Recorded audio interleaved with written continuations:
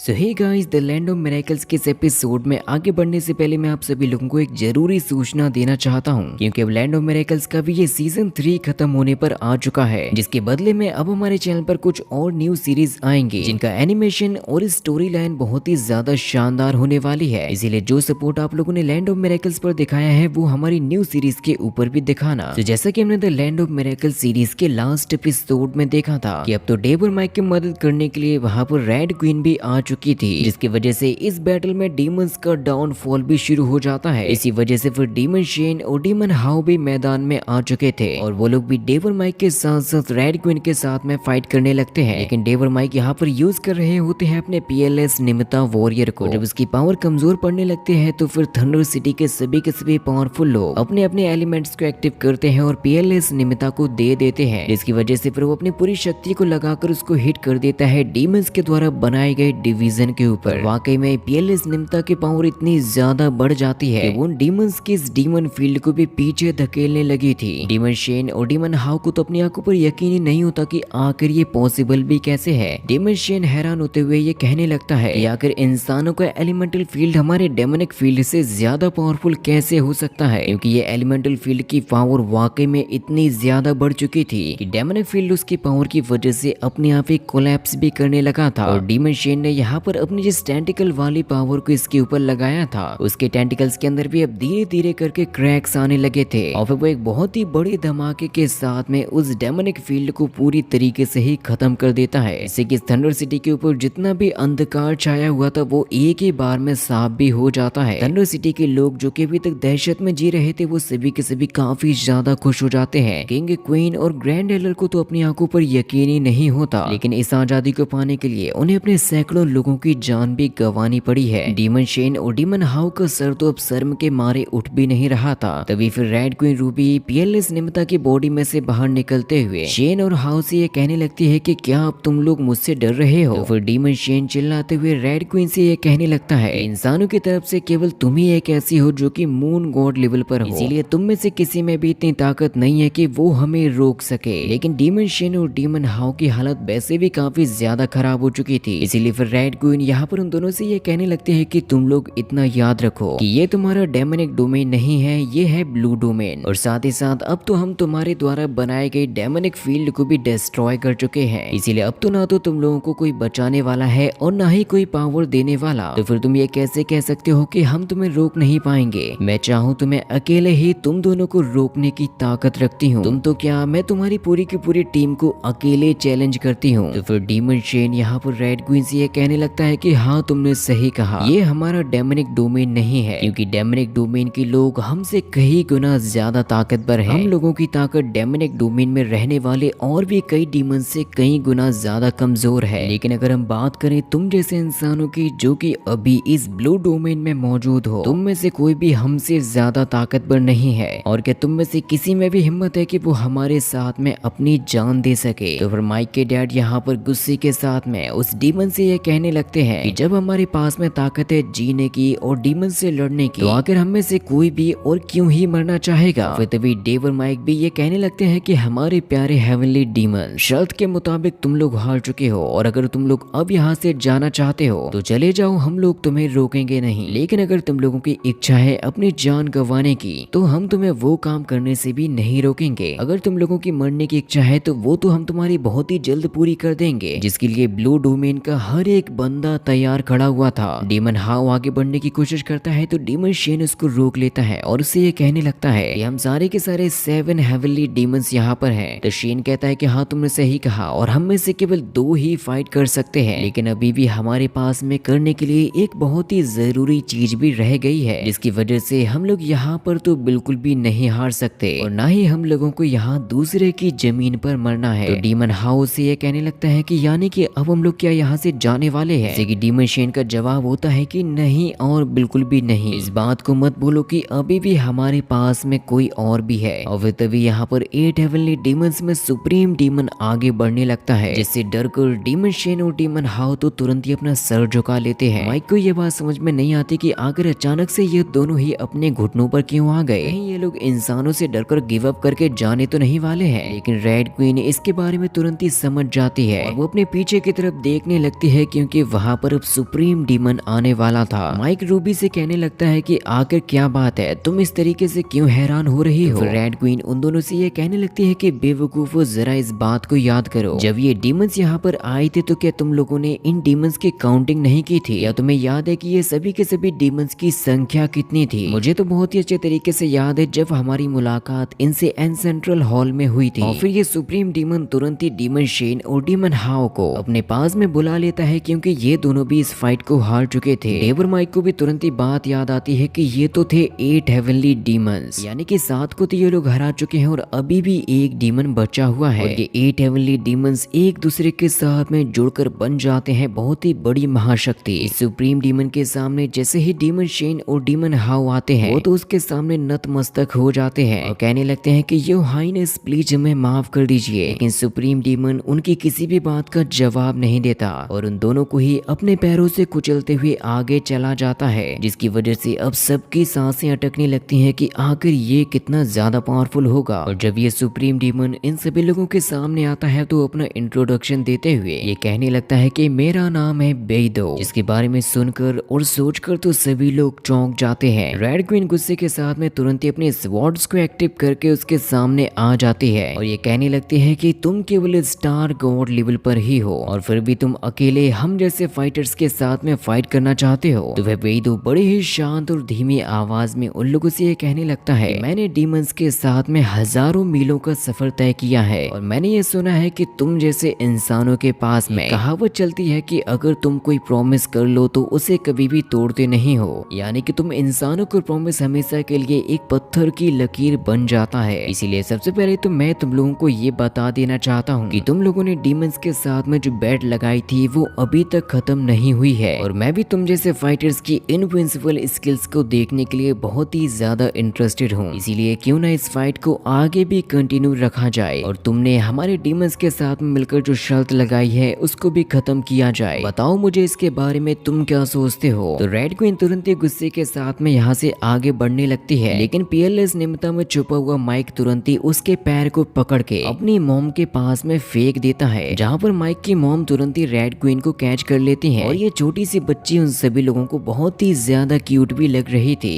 तभी फिर डेव यहाँ पर बेदोसी ये कहने लगता है कि अगर हम लोग इस बैट को आगे भी कंटिन्यू रखते हैं तो आखिर तुम इस बैट का नतीजे में क्या रखने वाले हो। तो बेदो कहता है कि नतीजा तो वही है, अगर तुम लोग हार जाते हो तो हमारे साथ में हमारे डेमोनिक डोमेन में चलोगे, लेकिन अगर किस्मत से तुम लोग जीत जाते हो तो हम सभी के सभी डीमंस इस जगह को छोड़कर चले जाएंगे। लेकिन ये चीज माइक को बिल्कुल भी पसंद नहीं आती और वो ये कहने लगता है कि ये तो गलत बात है, अगर तुम लोग जीत जाते हो तो तुम हमें हमारे पीएलएस बीड के साथ में यहाँ से ले जाओगे, जिससे कि तुम हमारी शक्तियों को भी छीन सको और तुम्हारे हारने पर तुम यहाँ से केवल वापस जाने वाले हो। ये तो बहुत ही ज्यादा गलत बात है, हमें शर्तों को और भी आगे बढ़ाना चाहिए, तभी जाकर हम लोग इस शर्त के नियमों के हिसाब से आगे बढ़ेंगे। फिर डीमन बेइदो उससे ये कहने लगता है कि अच्छा तो तुम ही बता दो कि आखिर तुम क्या चाहते हो। तो फिर डेव यहाँ पर उस डीमन से ये कहने लगता है कि अगर हम लोग इस बैटल को जीत जाते हैं तो तुम मुझसे वादा करो कि डेमोनिक डोमेन का कोई भी डीमन यहाँ पर नहीं आएगा पूरे 100 सालों तक। और इस शर्त को सुनकर डीमन बेइदो ये कहने लगता है कि वैसे मैं इस चीज का डिसीजन अकेले नहीं ले सकता, तुम चाहो तो मैं 100 साल के बजाय 10 साल का वादा तो अभी कर सकता हूँ। डेव इसके बारे में सोच ही रहा था कि माइक तो तुरंत ही कह देता है कि ठीक है हमारी डील डन हुई। वो डेव को तो कोई मौका भी नहीं देता क्योंकि वो तो आगे बात को बढ़ाना चाहता था। और डीमन बेइदो कहने लगता है कि अच्छी बात है, मैं तुम्हारी इस शर्त को मानता हूँ। और माइक खुश होते हुए डेव से कहने लगता है कि मानते हो ना, मेरा दिमाग कितना अच्छा चलता है, क्योंकि ये 10 सालों का समय हमारे लिए प्रैक्टिस करने के लिए बहुत ही ज्यादा बेहतर रहेगा। दूसरों के लिए तो ये केवल नॉर्मल से 10 साल रहेंगे, लेकिन पीएलएस बीट की मदद से हम लोग इन 10 सालों में 30 सालों का कल्टीवेशन कर लेंगे। और मुझे पूरा यकीन है कि इन 30 सालों के कल्टीवेशन में हम लोग जरूर से मून गॉड लेवल पर तो पहुंच ही जाएंगे और ये भी हो सकता है कि हम लोग हेवनली डीटी लेवल तक भी पहुंच जाएं। तो फिर डेव उससे ये कहने लगता है कि अगर हम उन लोगों से 20 साल के लिए कहते तो मुझे उम्मीद है कि वो मान भी जाते, लेकिन तुम अपनी बेवकूफियों से कभी भी बाज नहीं आओगे। तो माइक नाराज होते हुए कहता है कि क्या तुम कभी मेरी तारीफ भी करोगे। दूसरी तरफ माइक की मॉम तो रेड क्वीन को कुछ ज्यादा ही पसंद करने लगी थी। वो उससे कहती है कि अगर तुम जरा सी और बड़ी होती तो मैं अपनी पूरी जान लगा देती तुम्हें अपनी बहू बनाने के लिए। बात को सुनकर ग्रैंड एल्डर तो चौंक जाते हैं और वो ये कहने लगते हैं कि क्या तुम लोग भूल चुके हो कि अभी भी हमारी ये फाइट खत्म नहीं हुई है, लेकिन इस बार तो किंग भी क्वीन के साथ में ही होते हैं। और वो ये कहने लगते हैं कि वो सब छोड़ो, ये छोटी सी फाइटर गर्ल आने वाले समय में हमारी बहू बनने के लायक है। बेटे के बारे में तो हम कभी बाद में भी बात कर लेंगे, पहले मुझे इस बच्चे को देख लेने दो। और पीएलएस निमिता भी माइक के जैसी अजीब सी हरकतें करने लगा था और अब ये डीमन बेइदू तुरंत ही फाइट करने को रेडी हो जाता है, जिसके ऊपर पीएलएस निमिता जैसे ही अटैक करता है तो इसका बनाया गया एनर्जी शील्ड इतना ज्यादा स्ट्रॉन्ग होता है कि पीएलएस निमिता उसको ब्रेक कर ही नहीं पाता। कि डीमन बेइदू का केवल एक ही अटैक इतना ज्यादा स्ट्रॉन्ग होता है कि उसने पीएलएस निमिता की सोल बॉडी को ब्रेक करने के साथ साथ उसमें से डेवन माइक को भी बाहर निकाल दिया था। यहाँ तक कि उन दोनों के दिमाग पर ये डेमनिक पावर भी हावी होने लगती है, जिसकी वजह से डेव को अचानक से ही कुछ अजीब से विजन्स भी आने लगे थे। वो अपने विजन में किसी एक छोटे से बच्चे को देखते हैं जो कि शायद डेव ही था, जो कि एक बहुत ही ज्यादा बर्फीली जगह पे पड़ा हुआ था और वो रोए जा रहा था। और इसी बर्फ गिरते हुए सीन के साथ में ये एपिसोड भी यहीं पर खत्म हो जाता है। इसका ट्रेलर वीडियो बहुत ही जल्द आएगा और न्यू सीरीजेस भी स्टार्ट होने वाली हैं, जिनके ऊपर आप लोग अपना सपोर्ट जरूर से दिखाना।